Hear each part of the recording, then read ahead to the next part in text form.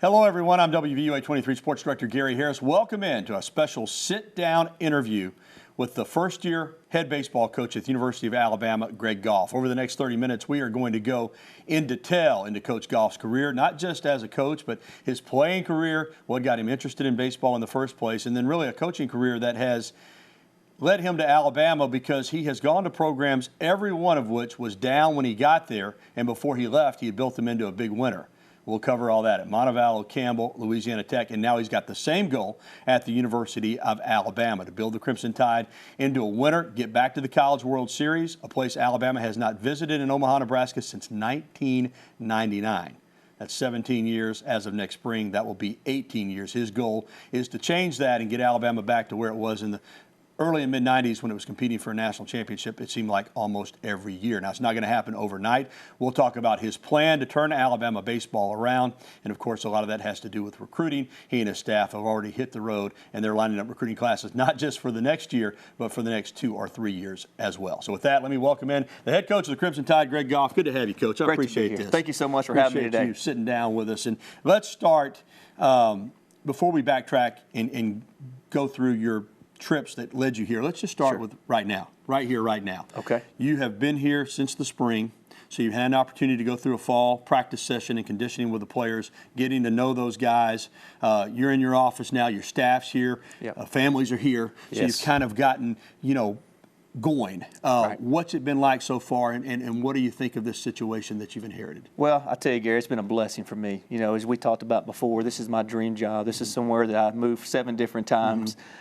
Picked my family up a number of times and had to go a lot of different places to get here. And so after you get over the fact that is this really true? You know, you pinch yourself and you thank the good Lord every day for this blessing that He's opened this door for us and allowing Coach Battle to give me this opportunity. We have really just sunk in and really tried to hit the recruiting trail. That's been number one for me. As you know, good coaches are made by great players. Right. And so we really want to do a better job of those relationships and instilling those relationships with high school coaches in the state of Alabama and really getting back to know those guys. And so we really did that. And really, from the last few months, we have continually to just recruit as the fall went along. The SEC is kind of the creme de la creme of conferences around the country and everything. So I know there are a lot of coaches that have the goal of getting to the Southeastern Conference, whether they're a basketball coach, baseball coach, football coach, on and on.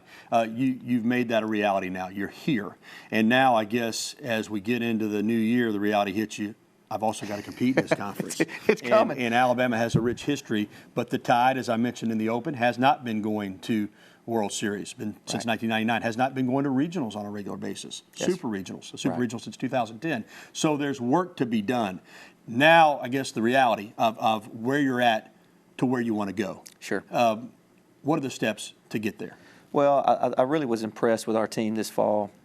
Coach Gaspard and that staff did a really good job. We got some really good guys in our program. Go to class, do the things right. So as you take over a new program, that's really the culture you want to create first, is trying to get those guys to buy and doing the little things right, Gary. You know, taking care of your business off the field and preparing yourself for life after baseball and so forth. So that part of it has been really good.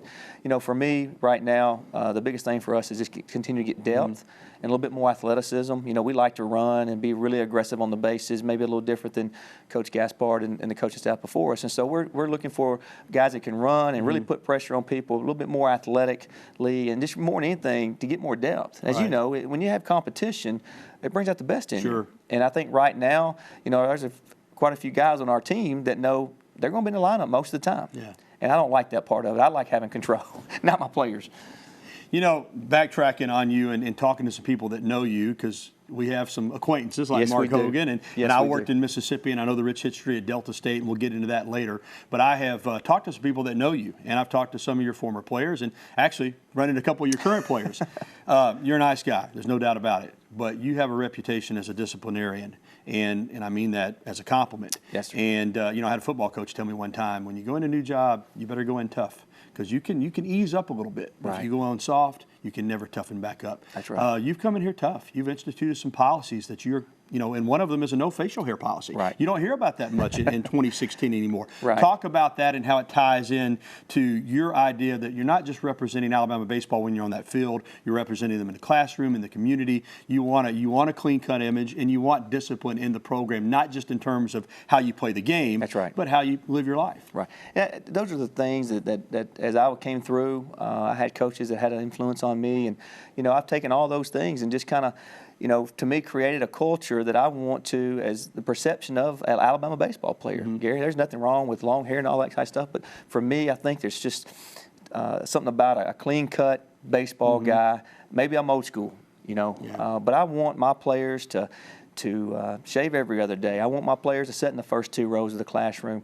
I want them to get more out of just playing baseball at Alabama. Right. And I think the things that we're creating are things that they're going to have success when they leave baseball and leave the University of Alabama with that degree. And so those things I think are discipline. As you know, it all, to me, refers back to being a champion on and off the field. I don't think you can win a big championship unless you do the little things right. And sometimes, I don't want to get up and shave every day, but I do. Right. That's just the expectation of my job. I want to do the same thing for our players. We want to try to instill those things in our players as they are 18 to 22 years old. And when they leave here better. And so, the no shave and all those things are a lot different. The hair, I just think that's just what I want in a baseball player in my program. I'm curious to how the players reacted to that. And the reason, when I was growing up, you'd see it in the big leagues. I mean, Cincinnati Reds, there were a number of clubs. Now I guess it's only the Yankees that don't allow a beard. And you watch college baseball and you watch Major League Baseball, and I probably see more beards on baseball players than I do any other sport. Yeah. How did the guys react to that?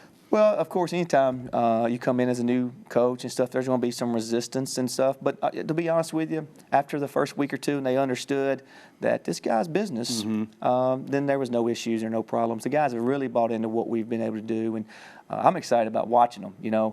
Anytime you go through change, when I was growing up, when my father disciplined me, I didn't like it. Right. But it was best for me. That's right. And so I think our players, what I try to get them to understand is I'm not trying to hurt them, I'm trying to help them. And when players get that mentality of Coach Goff is really on our side and trying to help us, man, it's been a great transition. We're going to get back to Alabama in your plans for this first season and going forward. But when we come back here in our one-on-one in-depth conversation with Alabama head baseball coach Greg Goff, we're going to go back to the beginning. You growing up in Tennessee, what led you to become a baseball player, Delta State, your coaching career, people that have influenced you and led you to this point, plus all the turnaround jobs you've done at Montevallo, Campbell, Louisiana Tech. Without those jobs, you probably wouldn't be here at Alabama. We wouldn't be here. We're going to cover that and much more with Greg Goff, the head baseball coach at the University of Alabama. Our special sit-down conversation will continue right after this on Wvua 23. Welcome back, everybody, to our special sit-down 30-minute conversation with first-year Alabama head baseball coach Greg Goff. And we talked to Coach Goff earlier about instilling his program here at Alabama. We're going to get back to Alabama and talk about the future. But right now, we're going to visit the past and all of the stops that he's had that led to him taking this job at the University of Alabama. I'm Wvua 23 Sports Director Gary Harris. We'll bring Coach Goff back in now. And let's just talk about growing up in Tennessee. And you were a little boy. I was a little boy. I mean, most little boys play baseball. That's just the reality of it. But not most little boys go ahead and play college baseball, junior college baseball, and then become a college baseball head coach. Just talk about how you built a love for the sport. Was your dad a big baseball guy? Kind of what got you into the game to the point where it would become a career. Well, Gary, when I grew up, I had an older brother, and so as a younger brother, you always compete. Isn't that something? And so I was a little different, though. My dad worked a lot and things like that, and my mother was the athlete of the family. Okay. She played basketball and softball and all kinds of different things, and she was my coach, as a matter of fact. And so you talking about tough, being a little kid, and the mom's the coach. Yeah. And so, man, I learned a lot from her. But that's where some of that discipline came from. You didn't get away with anything. Nothing at all. I mean, that's just how it was. Yeah. But she gave me that love and showed me how coaching those relationships with players and watching that, just something that stuck with me. And I knew as I continued to play all 3 sports through high school, and then finally eventually just playing baseball, I just knew that I loved the game, and I knew that I wanted to be around the game, and I wanted to help people. And so that early opportunity just allowed me to grow, and I watched her, the experiences that she had as a coach, and just really I knew all along, my whole life, if good Lord willing, I'd want to be a coach. Well, obviously you had some talent too, and you know, as a pitcher, you had an opportunity to go to Jackson State Community College here in Tennessee, and then that led you to Delta State. I, having worked in Mississippi, understand the history and tradition of Delta State baseball. Most people in that state do. Lou Ferris, legendary coach, Coach Marchant, the head coach there at the time. Talk about going from the junior college ranks to Delta State and playing in a program with a rich history like that, with tradition, and with really good teams and good coaching. Well, I think that's really where it started. You know, I really started learning the game and going there and really, as you know, the tradition. Coach Marchant was my coach, but Coach Ferris was so prominent there at that time, and a legendary figure. Just a legendary figure that, you know, we just lost last week on Thanksgiving and stuff. But, you know, I would go to his house, Gary, and just listen to him talk. And you go over there and see all the different sports memorabilia that he had, the Babe Ruth autographs, and all the times when he played for the Red Sox. And so that's when I really started understanding about coaching and baseball, and I really grew. And as you know, it's a very proud tradition of Delta State, and there's a number of coaches throughout the country that came through there. And I think it's because Coach Ferris and Coach Marchant, and now Coach Kennison's the head coach there. You were a good pitcher. I mean, did you have, because I know you went pretty much into coaching right after your playing career. I did. Did you have professional aspirations, or did you decide early on, I'm a pretty good college player, but my career may be in coaching and not playing? How did you make that decision to pursue a coaching career rather than a playing career? Well, I think every kid that plays, you know, in college, they want that opportunity to play at the next level and stuff, and I just wasn't good enough. Okay. You know, I broke my arm in junior college. They told me I'd probably never throw again. I got back healthy enough to where I got a scholarship to go to Delta State. So I knew, and most kids, a lot of times guys maybe have a tough time realizing it's time to hang them up. But I had a plan. You know, I knew that my education was going to be very important to me. I loved playing. I loved pitching, and had a great year my senior year. But I knew after that I was ready to get my master's degree and really start the process of coaching. And you did, as a graduate assistant right there at Delta State, which was a nice transition, as you said, from player to GA to work on your master's degree. Just kind of worked out perfectly for you. It did. And what happened, my senior year, that was the year Coach Marchant had the wreck and got paralyzed. That's right. And so, you know, my senior year finishes up. He is, you know, had the terrible wreck and got paralyzed. And then I came back to be his graduate assistant. And so he would use me as the figure of demonstrating. Right. And so I was able physically. to He would talk through you, and you would show the players tell the guys what he wanted, and I would have to demonstrate. And so, Gary, you know, one thing about talking about it, but then having to do it, I just retained it, and I just became a good pitching coach. Right. Learning from him and all his experiences. And so that really, I can't put a price tag on that valuable. And today, so many guys, you know, don't graduate assist. They want a job right away. Right. I made no money, Gary. I had no money. And probably the richest guy in the world at that time. Right. Yeah, well, you're doing what you loved and doing it, like you said, with great role models like Coach Marchant, Coach Ferris, and then that opportunity led you to Southeast Missouri State to work for Mark Hogan, a guy I know very, very well from his days when I was in Meridian. He was at the University of West Alabama, Livingston University then, and I saw him take that program. Different kind of guy, serious about baseball, but also, you know, he liked to have a good time. He liked to make it fun. Yes, he did. So you go from Delta State, which Coach Marchant was more of a serious, all-the-time business-like guy, to Coach Hogan, who did it a little bit different way. Talk about the influence he had on you. Well, I can remember when I interviewed for that job, and we were sitting at his pool. And I said, Coach, I just want you to know I'm a little, you know, I guess a little more not outgoing. You know, I'm a baseball guy. And he goes, "That's great, Goff." He goes, "I'm the other way, so we're gonna have a good marriage." So I knew then that opportunity was, again, I have an opportunity to work for somebody that was a little different, that opened up my eyes. You got to see a different way of doing it. To be not so structured or disciplined, and to have a little bit more fun and relax a little bit. And again, you know, I've been so blessed, Gary, to work with so many different people in there, and getting an opportunity to take a little bit from each one of those, I think, has made me what I am today. So you're kind of moving up a little bit. You're D1, then you get the chance to get in the SEC at Kentucky with Keith Madison, very successful coach there, and now a guy who is a little more quiet and reserved, but you got that SEC experience. How important was that? It was huge, and more than anything, I learned more about getting my priorities in line. You know, at that time, I was so hungry to be a baseball coach, and Coach Madison showed me not only to be a successful baseball coach, but be a great man of faith and a great husband and a great father. And those things I felt like really had a huge impact on my life.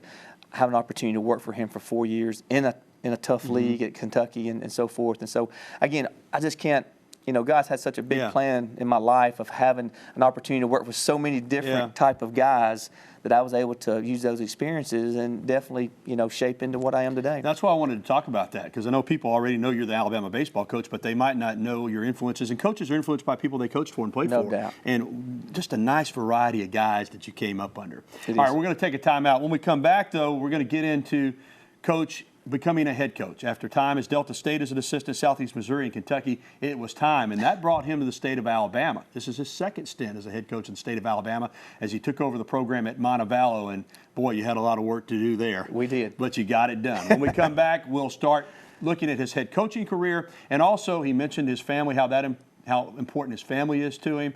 Couldn't produce a boy, but he's got some beautiful daughters and a beautiful wife. We'll talk about the family life, balancing that as a head coach in Division I baseball when we return to this one-on-one interview with Greg Goff right here on WVUA 23.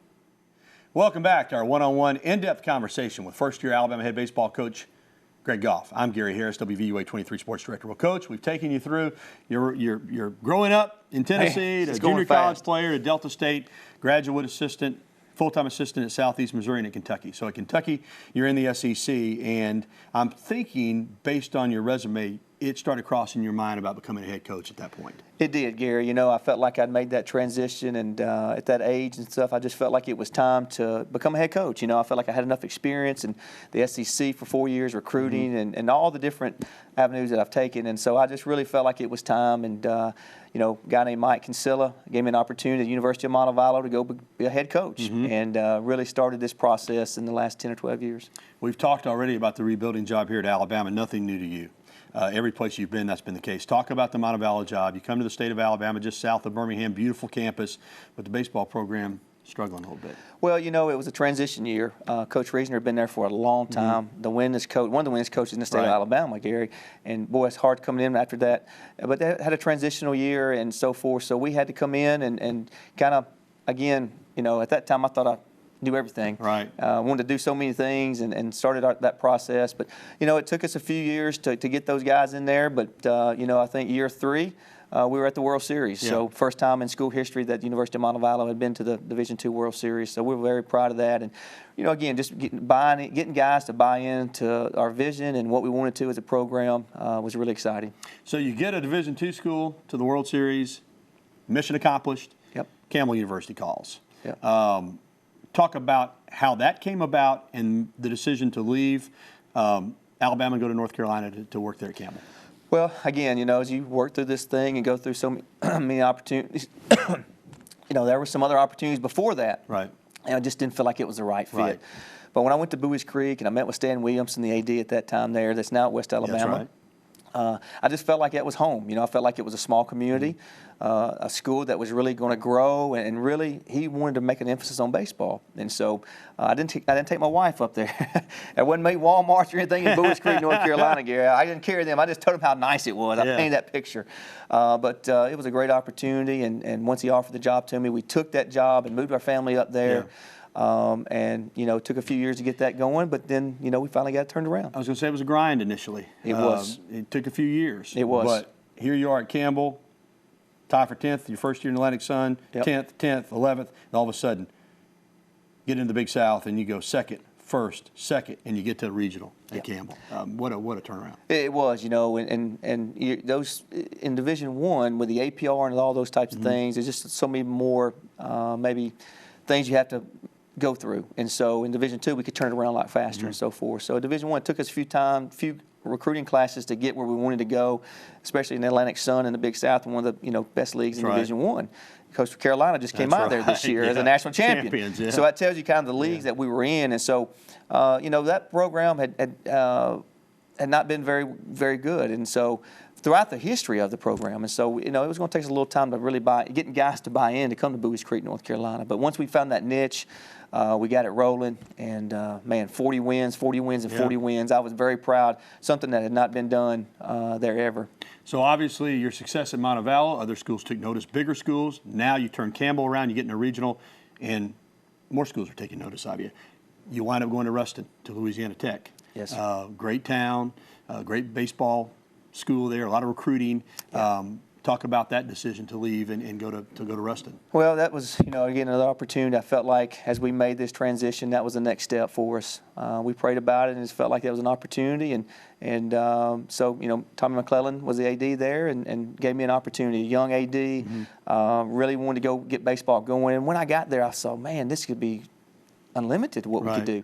You have the tops in the state of Louisiana, so you could, get kids and maintain kids in Louisiana, and then you can go out, and there are some different other avenues that we could use. So I just felt like we could get it turned around year one quick. You did it quick. Well, just you just never know how it falls. But we had 13 seniors my first year there, and so all those guys graduated. So we were able to bring in 18 new guys my first recruiting class. We went home very often. So 25-27 your first year, 42-20 last year. You're in Starkville playing an NCAA regional. You're happy. You're content. You'd already told me that. Was not looking to leave. Did not think so. This Alabama job opens up. Coach Gaspard decides it's time to move on, and you start having conversations with Bill Battle, and you're thinking, I'm happy at La Tech. We got it rolling here, but this is the University of Alabama. Is that pretty much how it went? It did. We got done with the regional. We played for the regional final.